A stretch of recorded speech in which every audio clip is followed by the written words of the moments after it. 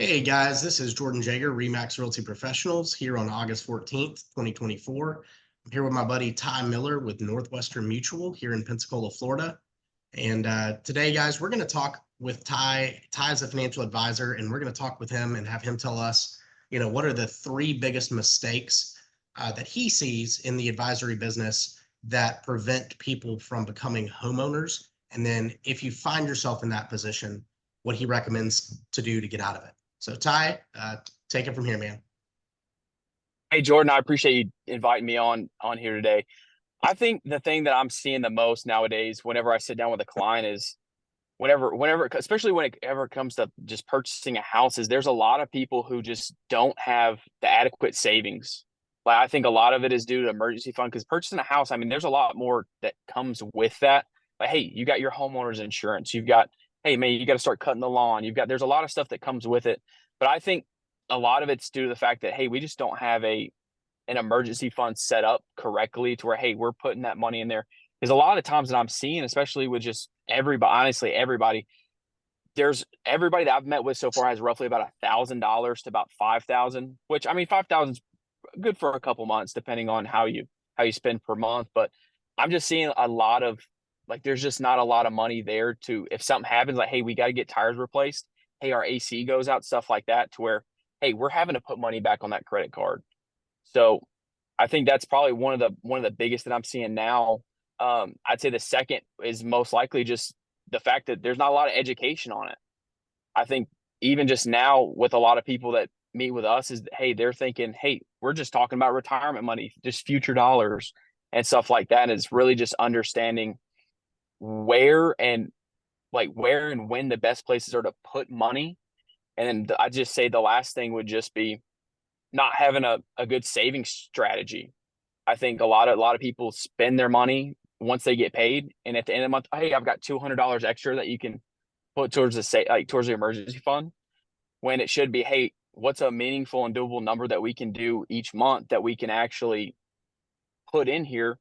Hey, yeah, we're not gonna be able to go out to eat as much, but hey, we might be able to buy a house sooner. So it's just really having a correct saving strategy that you can fund towards these goals.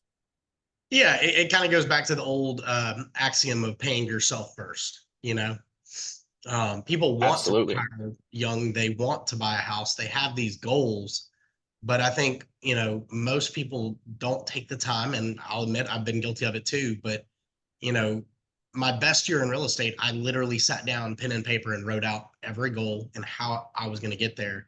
And that was, last year was my best year, and I had to, not type it up, not, talk about it, but literally put it down on paper. And I think that's the thing that everyone kind of struggles with is, doing that and, you know, just making it a written thing that you abide by, pay yourself first, because yeah, like you said, people will stash away, oh, hey, I got extra 50 at the end of the month, but there's no predefined plan. So with you guys as an advisory, you guys obviously can help people sit down and analyze their financial statements and create budgets, and I think that's one big thing that you hit on is people want to talk to you guys, but they kind of think of you guys in your industry as retirement planning, as if that's the only thing you do, when it's definitely not. I mean, I think you guys can add value to people with their money now, and of course, doing the right things now, leading to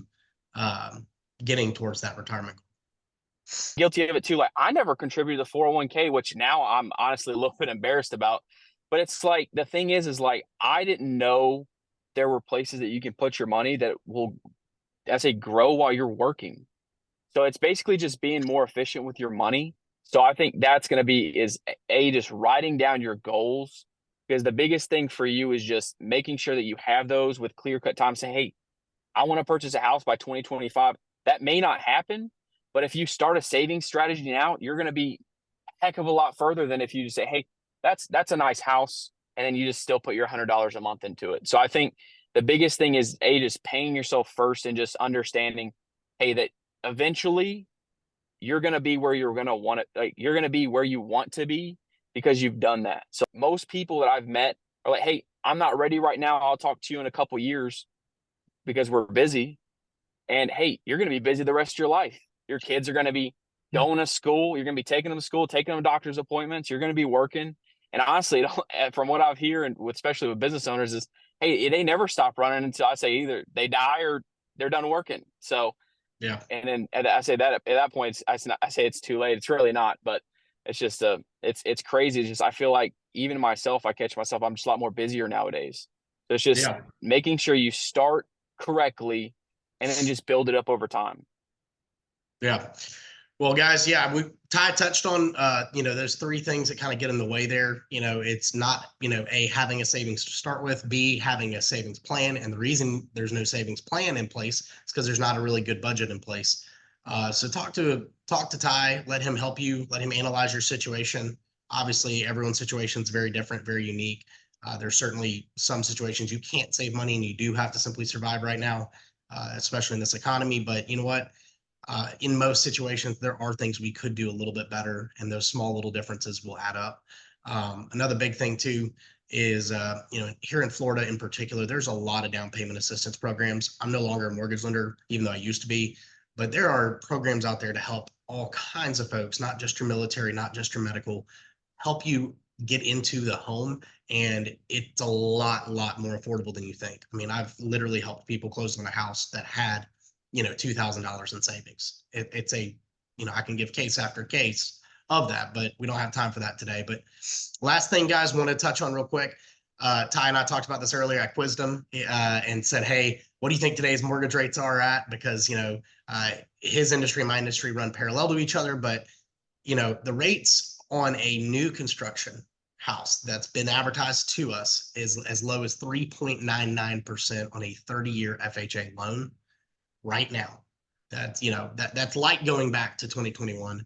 And then on your resale purchases, any house that's already built and being sold again, your rates are actually as low as 6% on your conventional, and your government loans are dipping into the high fives. So it's not as bad as you think it is. We're no longer at 8.25. But make a plan, reach out to Ty, get your ducks in a row, reach out to me next, and let's go from there. Thank you for your time, guys. Absolutely, man.